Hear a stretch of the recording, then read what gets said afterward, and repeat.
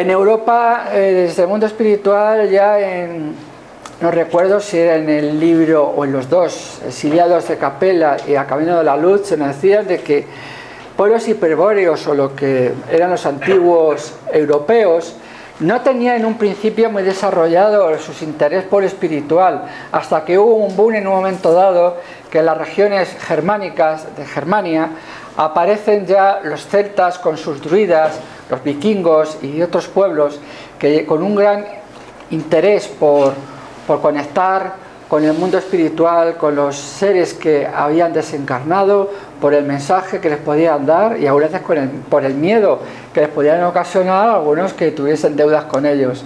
Ahí aparecen ya los druidas, tan importantes en la cultura celta y galesa, tanto de las Galias de Francia como en Gales. Todas las naciones de alguna forma de origen celta pues estaban ligados a estos fenómenos. Muchos relacionados con aquello, Cromwells hay a lo largo de toda Europa y hay bastantes en España. Lo que ocurre, claro, el que más conocido es el de Stonehenge, allí en Inglaterra, ¿no? Eran lugares de culto, de estudio y de meditación. No sabemos todo lo que conllevaba, pero si miramos, hay un parecido con el oráculo de Delfos, ¿no? Posiblemente, pues tenía un parecido. Bueno, se cree que eran para culturas muy diferentes, pero que iban a un propósito que al final iban coincidiendo. Creemos de que finalmente todas las culturas, todas las ideas acabarán depurándose unas a otras, cada una desde su atisbo de verdad, ninguna con la verdad absoluta, llegan a fusionarse, creando ya lo que es una creencia común en toda la humanidad. Eso es lo que se pretende, y nos dicen los hermanos del mundo espiritual, que se pretende que llegue a acontecer un día en el mundo. Iberia, sí, podría haber tenido cultos ancestrales, porque se cree que la dama de Elche, no es que fuera de Elche, porque se encontró en Elche, era posiblemente una sacerdotisa de la época ibérica, ya con rasgos europeos y muy afianzados pues con los grupos nacionales o raciales o étnicos que había en la península ibérica en aquel entonces. Mediunidad en las Américas, pues también, de alguna forma es que en todo el mundo se viene dando el efecto, con sus historias, sus leyendas y sus mitos, todos ligados a una enseñanza o a un interés por conocer el mundo espiritual. Lo que conocían lo decían, lo que no, por desgracia se lo imaginaban, aunque muchas veces en ese imaginario pues también hay trazas de verdad. Tenemos todavía en América Latina un grupo que a mí me llama mucho la atención, que son los queros. Están muy aislados, llevan una enseñanza, por lo menos podemos decir, poco cruzada con las ideas míticas religiosas de Europa. Os invito a que estudiéis sobre los queros, es interesante. Igual que la cultura de Tiahuanaco, pendientes de que sí, ellos pensaban de que también habían espíritus que habían venido, o seres que habían venido de otros lugares ajenos a la tierra a traer conocimiento, igual que los mayas, igual que los indios de Norteamérica, y especialmente también hay una conexión con el mundo espiritual y con los seres que han desencarnado entre las tribus del Amazonas. Mediunidad en África, pues muy similar también a la del Amazonas, es lo que se llama cultura de animismo, sí, pero es el animismo que creen en las ánimas de los seres que han desencarnado y que pueden traerles bien, pueden traerles mal, con sus chamanes. De alguna forma hasta hacían de psicólogos. ¿Por qué? Había veces que el chamán se daba cuenta, es que esto es el problema que tienen, que están tristes porque algo ha ocurrido, ¿no? Pues montaba la fiesta. Recurrían a todo aquello que podían ayudar a sus gentes a subir, vamos a decir, la vibración. Conexión, pues, sí, entraban también en trances que de alguna forma también les ayudaría. De África podemos hablar también. En el norte de África existe una rama islámica mística, que son los sufíes, que entran en trance a través de sus bailes. También llegaron a haber sufíes, se cree, en España, en Al-Ándalus, en algunas regiones de Hispania. también con conexión mística con el mundo espiritual. No nos cuentan mucho, tampoco es que haya leído mucho. También hay muchos sufíes en Turquía, pero quien desee saber más, a cada uno le va a atraer algo más, y trato un poco de llamar la atención y despertar la atención sobre todos estos temas. A cada uno les va a traer unas cosas, otros les va a traer otras. Nos venimos a Europa,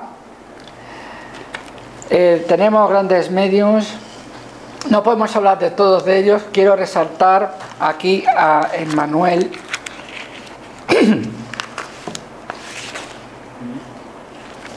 Me cuesta el apellido decirlo. Emmanuel Swedenborg, gracias. Emmanuel Swedenborg es que, además de medium, era científico.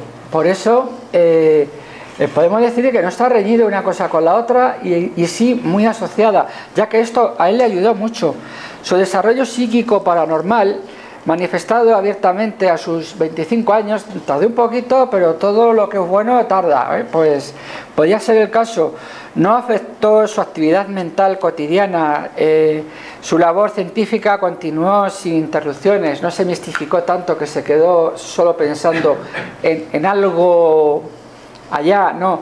Sí, tendría la mente en el mundo espiritual, pero también tenía los pies puestos en el suelo. Esa combinación siempre viene siendo buena, de alguna manera.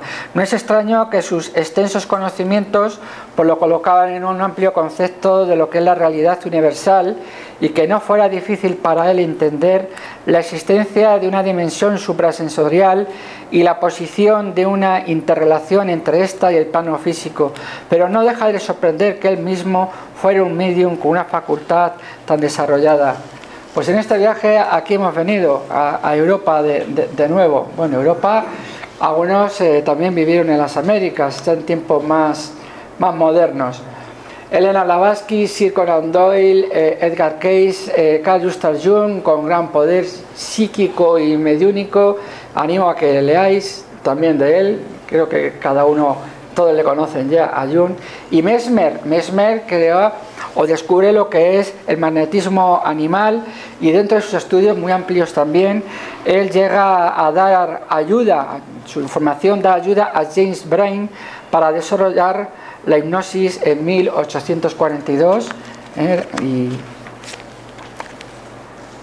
continuamos con el viaje. Nos vamos a España, pero a una época más antigua. Aquí también hubieron grandes místicos como San Juan de la Cruz, Teresa de Ávila o Santa Teresa de Jesús, podríamos también llamarla, más conocida por Santa Teresa de Jesús. Los grandes místicos en España de época más antigua, porque también los hay más modernos. Se me ha colado Yolanda de Ángelis en España. Bueno, pues sí, no era Yolanda de Ángelis, era Sor Juana Inés de la Cruz. Ella nació en el reino de Nueva España, entonces era España. Era lo que actualmente es Centroamérica, México y un tercio de Estados Unidos. Era el reino o virreinato de Nueva España. No da tiempo a hablar mucho de ella, pero ya sabéis, fue la anterior reencarnación de Joana de Ángelis. Ya fue posteriormente cuando reencarnó como Joana de Ángelis. José María Fernández Colavida. Él, con sus inquietudes, sus investigaciones, quería leer algo más acerca de él, pero creo que el tiempo no lo va a permitir. Pero bueno, él conoce a Ramón Layer y Pomares, este otro señor, que aunque sí, era de Alicante, pero él vivía, creo que era marino, vivía en Marsella, y conoció allí a José María Fernández Colavida, y él le regaló el libro de los espíritus en francés. El impacto que tuvo en él no hace falta que lo digamos, pasó a ser lo que conocemos como el Allan Kardec español, de alguna manera. Él empezó a traducir los libros de la codificación espírita, montó una librería para distribuirlos, y fue allí cuando en una ocasión solicitó a su amigo Allan Kardec 300 libros de contenido espírita, todos para traerlos aquí en España. Cuando llegan a España, en el puerto de Barcelona, debido al famoso auto de fe de Barcelona de 1861, le quemaron los libros.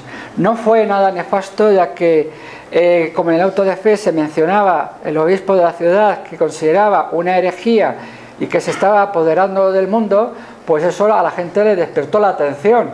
Y más que acallar el mensaje espírita de entonces, lo hizo resurgir más de alguna manera. Capitán Layer, importante, era capitán porque era marino mercante, le ocurrieron muchas cosas, no da tiempo a mencionarlas todas, y bueno, tenemos algunos más. Amalia Domingo Soler. Había mucha conexión también entre Fernández Colavida con Alberico Perón para lo que es la divulgación del espiritismo en España. Tampoco hay que olvidar que también hubo un personaje, Manuel González Soriano, que también aportó lo suyo.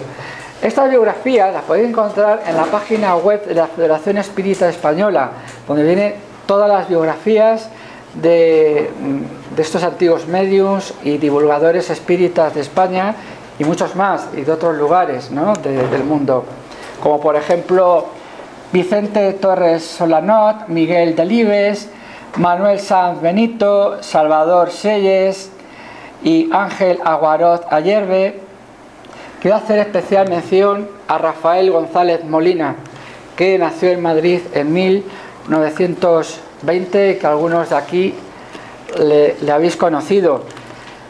No sé qué decir de él porque seguro que vosotros le conocéis mejor. Yo voy a hablar un poco de la información que dispongo. Rafael González Molina le tocó comenzar a trabajar muy de joven, a temprana edad, pero sin embargo él mantenía gran pasión por leer a grandes escritores como Víctor Hugo y Alejandro Dumas. Con el tiempo tuvo que emigrar él y creo que a su señora, doña Manuela Morata, si me equivoco me corregís. Tuvieron que emigrar a Brasil, a Sao Paulo, en 1854. Y allí conocieron a otro matrimonio espírita que poco a poco le fueron hablando acerca de la doctrina. Algo había que por lo menos Rafael parece ser que no lo acababa de cuajar, hasta que finalmente cae en sus manos el libro del Evangelio según el Espiritismo, lo cual él al leerlo, y ellos, los dos, al leerlos dijeron que aquello era lo que llevaban tanto tiempo buscando. Y precisamente yo, también, en un momento dado, sentí eso mismo. Por eso estoy aquí.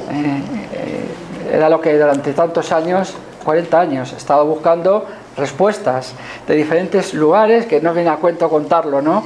Pero también me siento identificado con esto. Empezaron a asistir a un centro espírita allí en Sao Paulo, no sé exactamente si se llamaba Centro Espírita Hermano X o Hermano 10. Bueno, ellos empezaron a asistir allí. En ese centro cursaron los pases espíritas, cursos de mediunidad, cursos para dirigentes, trabajos de caridad, trabajos de mesas mediúnicas, atendiendo a espíritus sufrientes, impartiendo conferencias con la Federación Espírita de Sao Paulo. Finalmente vuelven a España en 1967, si no me equivoco, y luego 10 años después es cuando Rafael crea la revista Divulgación Espírita.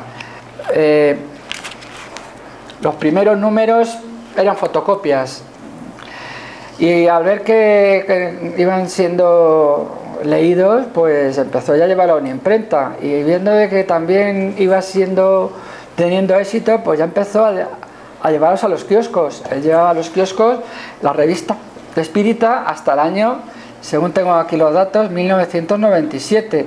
Promovió la legalización, sobre todo lo que podemos más destacar, la legalización del espiritismo aquí en España. Él llevó libros espíritas al Estado para que fuesen autorizados y sellados. Presentó estudios y primeros estatutos de la Asociación Espírita Española, y después de mucho trabajo, en 1981, pudo legalizar el espiritismo aquí en España. En el 82 funda la Federación Espírita Española, precisamente he hecho antes referencia a la web, donde se pueden encontrar grandes biografías de estos divulgadores de la doctrina espírita. Y luego ya lo que fue en 1992, por esa época, funda el Centro de Estudios y Divulgación Espírita, conocida por CEIDE, con un congreso de 3 días que se hizo en el Palacio de Congresos de Castellana, con el tema de espiritismo certero, paradigma de la humanidad, con 700 congresistas. Dicha fecha abrió una puerta al espiritismo en España, realizándose congresos nacionales anuales que todavía siguen haciéndose actualmente por toda la geografía española. Fue miembro fundador del Consejo Espírita Internacional, siendo elegido como secretario general. No tenemos que olvidar nunca que gracias a él el espiritismo en España se pudo legalizar y al día de hoy seguimos trabajando para el bien. También podemos agradecer que todos esos estudios que él llevó a cabo y su esposa en Brasil, él los enseñó aquí en Madrid a muchas personas que sin duda son ellos los que nos están enseñando ahora mismo todo el tema de mediunidad, de pases, bueno, o gran parte del tema de mediunidad, pases, etcétera. Nos hemos ido ya muy lejos en la historia, en la cual llegamos ya a tiempos modernos, con grandes, vamos a decir, la doctrina espírita ya codificada, con grandes decodificadores. Tenemos, sí, se llama codificador Allan Kardec. ¿Recordáis el sacerdote, el sumo sacerdote de Israel? Él tenía que codificar y decodificar los mensajes. Ya no hace falta. Ya fue decodificado de alguna manera estos mensajes y nos ayuda esa codificación a cada uno de nosotros poder investigar esas enseñanzas que vienen del mundo de los espíritus, igual como poder desarrollar la mediunidad en un momento dado. Tenemos a Becerra de Meneses, a Divaldo Pereira, que psicografía a Víctor Hugo y a Filomeno de Miranda. Tenemos a Raúl Teixeira era así, que todavía vive, que también nos da grandes mensajes e información del mundo espiritual. Ya desencarnó, pero ahí tenemos todos sus libros de Chico Javier. Y bueno, lo hemos comentado, creo que lo he comentado antes, tenemos a Divaldo con la información tan importante que nos da Joana de Angelis. No da tiempo a mencionar mucho más de ellos, pero sí les invito a que puedan acudir aquí, a seguir acudiendo al Centro de Estudios Espíritas de Madrid, ya no solamente a los 5 libros de la codificación de Allan Kardec, también escribió 2 más, que es el espiritismo y obras póstumas, con lo cual hemos abierto esta conferencia de hoy. Podríamos resumirla a la conferencia de alguna manera, pero creo que voy a dejar que nos lo cuenten. Sí, una información que he conseguido hace poco. Hemos conseguido aquí en este Centro de Estudios Espíritas un estudio, estamos haciendo un estudio sobre un libro conocido como El diálogo con las sombras. Esta parte que viene en la introducción lo voy a parafrasear un poquito porque de alguna forma podemos resumir la enseñanza que podemos adquirir con esta conferencia. La relación con el mundo espiritual se reviste de engañosa simplicidad. Realmente, en principio, cualquier persona dotada de facultades mediúnicas, mismo incipientes, pueden establecer contacto con los desencarnados, consciente o inconsciente, serena o tumultuosamente. Algunos lo hacen de forma compulsiva o con resistencia, otros con espontaneidad. Unos con respeto y amor, otros con liviandad e indiferencia, y muchos sin percibir lo que pasa o lo que debe ser hecho para ordenar un fenómeno que, como tantos otros, es natural, no teniendo nada de místico, ni fantástico o sobrenatural. Lo importante es que al iniciarnos al trato con los espíritus desencarnados, voluntaria o involuntariamente, estemos con un mínimo de preparación apoyada en un mínimo de información. Aquel que se atreve a ver fenómenos sin estos pertrechos indispensables, o aquel que es arrastrado a ella por una mediunidad indisciplinada, desequilibrada, no voy a mencionar más, estará exponiéndose a riesgos imprevisibles para su equilibrio emocional y orgánico. La práctica mediúnica no debe de ser improvisada, pues no perdona la falta de preparación o de ignorancia, o exceso de ignorancia de alguna forma. El mundo espiritual es poblado de seres que fueron hombres y mujeres como nosotros mismos, encontrándose en varios estados de desenvolvimiento moral. Por nuestro mundo de desencarnados podemos deducir el otro, el lado de allá. Allí, como aquí, encontramos espíritus nobles y dotados de atributos morales avanzados. Mas igualmente importante, la masa inmensa de aquellos que se halla en la media para abajo, hasta los extremos más dolorosos del envilecimiento moral, de la ignorancia, de la rebeldía y de la angustia y del rencor y de la venganza, también los podemos encontrar. Como la base del fenómeno mediúnico va en sintonía espiritual de cada uno de nosotros y nosotros todavía nos encontramos en una franja inferior de evolución, pues nos estamos afinando a una franja vibratoria baja de mayor facilidad con aquellos que se hayan perturbados por desequilibrios de mayor o menor gravedad y exponiéndonos a que nosotros mismos también lo seamos. ¿Qué quiere decir con esto? ¿Hemos de tener miedo a los espíritus? No. Queremos decir de que esto no quiere decir obviamente que estemos a la entera merced de los espíritus perturbados y perturbadores, ya que velan por nosotros compañeros de elevada categoría, muchos de ellos mencionados. Aquí tenemos de Becerra de Meneses, muchos otros más, las doctrinas de Allan Kardec, los mensajes de Joana de Angelis, sobre todo el Evangelio del Gran Maestro Jesús. Pues todos ellos velan por nosotros, compañeros de elevada categoría, siempre dispuestos a ayudarnos, mas no nos podemos olvidar de que ellos no pueden hacer por nosotros las tareas que nos incumben a nosotros. O sea, no van a hacer el trabajo que nos corresponde hacer a nosotros, ni librarnos de las pruebas, pero sí mucho pueden hacer por ayudarnos desde nuestro libre albedrío a poder aguantar y afrontar esas pruebas. Podemos evidentemente contar con la buena voluntad y la ayuda de esos hermanos mayores y por consiguiente con su protección cariñosa, no a costa de ofrendas, como hemos visto quizás de los sacerdotes antiguos, ni de los ritos mágicos, de símbolos, de trabajos encomendados. Eso ya no es necesario en estos tiempos, ya que más con un procedimiento recto por el cual procuremos desenvolver en nosotros mismos el esfuerzo moralizador, el aprendizaje constante y la dedicación desinteresada en el mensaje, en el semejante, perdón. Nunca somos tan pobres de bienes materiales espirituales que no podamos donar algo a los demás. Debemos de ayudar a nuestros compañeros igual que nuestros compañeros nos ayudan a nosotros. Es con esto que las actitudes que nos aseguramos la asistencia de estos hermanos más experimentados y evolucionados, no para librarnos de nuestros dolores ni para cumplir mandatos nuestros que les estemos exigiendo, sino para atender, poder conocerlos de alguna forma, tener privilegio de tener su presencia amiga, de su inspiración oportuna, su ayuda desinteresada en aquello que fuera realmente provechoso a nuestro espíritu, y no en aquello que juzgamos que nosotros estamos deseando o queramos. Muchas gracias. Espero.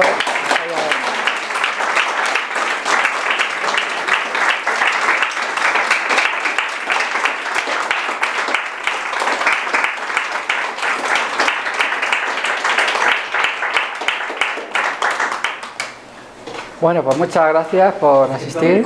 5. Bien. Bueno, pues tenemos 5 minutos para preguntas y respuestas. Llevo un rato la mano levantada. Solo quería saber sí. en dónde se puede mirar que Sor Juana Inés de la Cruz es la anterior encarnación de Joana de Angelis. ¿La Federación Espírita Española? Vamos a ver, estaba... Había mencionado, es que se confunden algunas veces los nombres. El primer nombre era... Hemos hablado de Sor Juana Inés de la Cruz. Sí, pero has dicho que... Es la anterior reencarnación a Joana de Angelis. Sí. ¿Hay algún lugar concreto? Hay referencias, Bueno, no las sabemos. Si no lo busco, no hay ningún problema. Muchas gracias. Hay un libro que es Te perdono, Sí. que relata la vida de ese espíritu, al menos hasta que llega No, a... el libro de Te perdono no es de Juana de Ángeles. No, Es no, de... la vida de de Teresa de Jesús. Puede ser. yo hablaba de eso. No sé si en alguna ocasión, en alguna conferencia, pues se ha llegado a decir. Hay varias reencarnaciones. Hay un libro de Sueli Caldas Huber, que es una medium brasileña, Sí. muy interesante, con todo el desarrollo mediúmnico que tuvo al principio Francisco Cándido Xavier, luego también Divaldo Pereira Franco, donde en los inicios de la mediunidad de Divaldo recoge muy bien quién le fue acompañando. Y hace un recorrido muy interesante sobre Joana de Ángelis. Me parece muy interesante. Hay- Para que la biblioteca, luego te digo el título exacto. Mira, Perfecto, llamas a la gracias, Federación gracias, Espírita Víctor. Española y pides las vidas de Juana de Ángelis. Y te dicen todas las que ha tenido. Ajá, No que han solo habido- la de Sor han habido Juana más. de la Cruz. Ha tenido otras mucho más importantes que esa. Juana de Muchas Cusa gracias. fue anteriormente. Juana de Cusa fue un personaje, además viene en la Biblia, fue compañera ministra del Maestro Jesús en la época de los apóstoles. Ah, Era esposa de un funcionario romano de la época, no recuerdo si era de Herodes o de... Su marido era funcionario, no sé si la corte de Herodes o de Pilatos, ahora no recuerdo. Pero de aquella época, Juana de Cusa fue una de... Igual que también María Magdalena, que se le menciona más, Juana de Cusa pues también les dio apoyo, impulso a poder divulgar el Evangelio de aquel Y la entonces. quemaron viva junto a su hijo. Al final la quemaron viva en el circo romano junto a su hijo. No, el circo romano no. ¿No fue en el circo romano? Ah, bueno, la quemaron viva. Es que da igual donde quemen viva uno, al final sienta igual de mal. ¿Hay alguna pregunta? Sí. Va a dar tiempo a las dos, yo creo. Primero... Sí. Poned de acuerdo vosotras. Si va a dar tiempo. Si son cortitas, os va a dar tiempo. Es pequeña. Mi duda va, por ejemplo, cuando hablábamos de la mediunidad antigua, Sí. y hablábamos en el caso de África y Latinoamérica, ellos utilizan muchísimo lo que son, digamos, alucinógenos, estimulantes para llegar Sí. al trance. Entonces mi duda era tratar de evaluar lo positivo, lo riesgoso, o lo innecesario de... Puedo explicarlo de la parte que yo conozco. Con la farmacopeia, de alguna forma creo que incluso hay alguna etimología que hace referencia a la conexión con lo espiritual, pues nos pone en contacto con lo espiritual. Pero como hemos visto y hemos hablado de receptores de radio, necesitamos un sintonizador para conectar bien. Si utilizamos alucinógenos o utilizamos sustancias para conectar con el mundo espiritual, y al final se ha comentado un poquito más, vamos a conectar con la franja vibratoria que tenemos nosotros en ese instante. Y como ya hemos tenido un mal día, la conexión que vayamos a tener mejor no se lo deseo a nadie. Lo he visto en algunas personas y no se lo deseo a nadie. ¿Qué ocurre? Que a través de meditación y de tener una vibración alta y un desarrollo correcto de la mediunidad, ya sí podemos tener unas conexiones mejores. Ha sido un poco relacionado con lo que hemos visto al final. Hay antes, ahora después, sí. Es que ha sido telepatía, transmisión de pensamiento. Era la misma pregunta. No, pero ampliado. Sí. Yo que soy licenciada en historia, Sí. y trabajo mucho el tema de historia de arte, Mesopotamia, Egipto, Sí. Normandia, los aztecas. Yo he llegado a la conclusión, por lo mismo que has dicho tú, de que al tomar drogas alucinógenas es posible que ellos entraran en un estado de conciencia relacionado con Sí. el ojo astral. ¿Por qué? Muy fácil, porque cuando tú vas a las cerámicas y muchos dibujos representan animales muy extraños, muy raros. Es que prácticamente... La naturaleza es muy bonita, te inspira, Sí. te eleva, y bueno, pues un gato es un gato, un leopardo es un leopardo, y son animales míticos muy extraños. Fauce, ¿cómo diría yo? Dragones, en la cultura ibérica tú ves muy idealizado, y también en la cultura precolombina. Nos puede estar conectando con el bajo astral y luego también muchas veces ciertas idioplastías que se puede estar generando allí que nos afecten, pues ver esas, a lo mejor no son espíritus que realmente existen, sino son miedos lo que estamos viendo. Aunque si estamos hablando del bajo astral nunca vamos a hablar de nada bueno. Y si, los sacrificios humanos, claro, o sea, en todas las culturas menos Yahvé y los israelitas, todos, sí, todos por el lado de aquí de Ali, sacrificios humanos en Latinoamérica, en Mesopotamia, sí. fenicios. Estaba en un momento dado previsto hablar acerca de eso, por falta de tiempo no se habló. Encima que podría dar un poco de polémica. Los sacrificios tampoco es necesario si era una voluntad de alguna forma que el pueblo de Israel podía estar haciendo por sacrificios animales, no de humanos, está claro. De que decir, yo soy capaz de desprenderme de este objeto material si fuese necesario, porque Dios no necesita nada material, a Él no necesita que le estemos mandando carne de vaca, nada de eso. Y luego, lo que más se sacrificaba o se quemaba en los altares eran inciensos, hierbas aromáticas, algo que de alguna forma armonizaba aquello muy bien. Lo que comentaba era el bajo astral, todo lo que tomemos por sustancias, lo más probable es que nos conecte con el bajo astral. Si queremos hacer otras conexiones, debemos de pensar en otras técnicas más serias y estudiar la mediunidad. Estaba él antes. Sí. Quería preguntar que si no lo he entendido mal, todos los avances que hemos tenido siempre ha sido por parte del otro lado, de la ayuda, por parte de medium, por parte de intuiciones a científicos. Sí. Entonces, parte de ellos, si incluso no hubiéramos tenido esa mediunidad, las personas no hubiera habido tanto avance. Muchos científicos han sido intuidos en sus investigaciones, incluso cuando hablan del invento del horno de microondas de los americanos, algo que me da escalofrío hasta pensar lo que quieren hacer, es utilizarlo como arma también, de alguna forma. Está muy relacionado también casi con una de las funciones que podía haber tenido el arca. Pero claro, en un momento dado, sí, los científicos, que me estaba yendo un poco, de América, que estuvieron investigando los microondas, uno que oyó campanas sin saber dónde, ha llegado a los científicos de tal lugar y ha sido tecnología comunicada por los extraterrestres. Bueno, a lo mejor la forma de entender de ello, podemos entenderlo, pero sí que algunos estudios científicos, algunos hacen alusión a que han sido intuidos por un mundo superior, de una inteligencia superior, sin entrar a ello, porque luego los científicos todavía son muy reticentes. Van abriéndose, pero muy poco a poco. Y alguien había, por último, levantado la mano. Cuando pasamos de un estado de conciencia a otro, ¿no? Sí. Hay seres, estos clarividentes y estos profetas, por ejemplo, el profeta Elías subió en un carro de fuego al cielo. Y yo me pregunto, ¿ese fuego sería para matar el cuerpo físico y el espíritu pasa a un...? Porque la carne no puede pasar a un estado vibratorio más bajo. Es que la historia del profeta Elías es un poco controvertida, si es alegórica o fue real. El profeta Elías tuvo un error muy gordo en su pasado.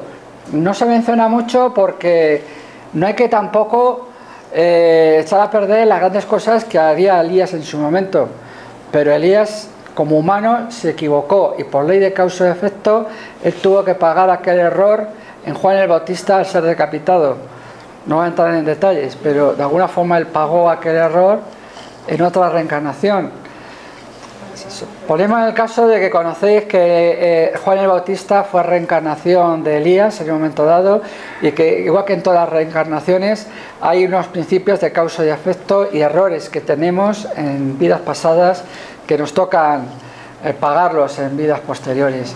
Pero lo de, como estaba comentando antes, del carro de fuego, que encima es que aparece en una de las diapositivas, podemos decirlo que es un poco alegórico, interpretarlo, pues podría ser más bien arquetípico, o se ha mencionado a lo largo de la conferencia, muchas cosas se han mistificado, se han dado mucha Por ejemplo, cuando se escribió el Génesis, habían ya pasado miles de años de que aconteciese aquello.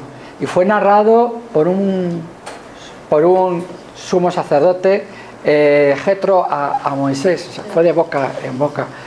Eso es lo que ocurre. Muchas gracias a todos por la asistencia. Les animo a todos a que sigan investigando y aprendiendo más. Muchas gracias.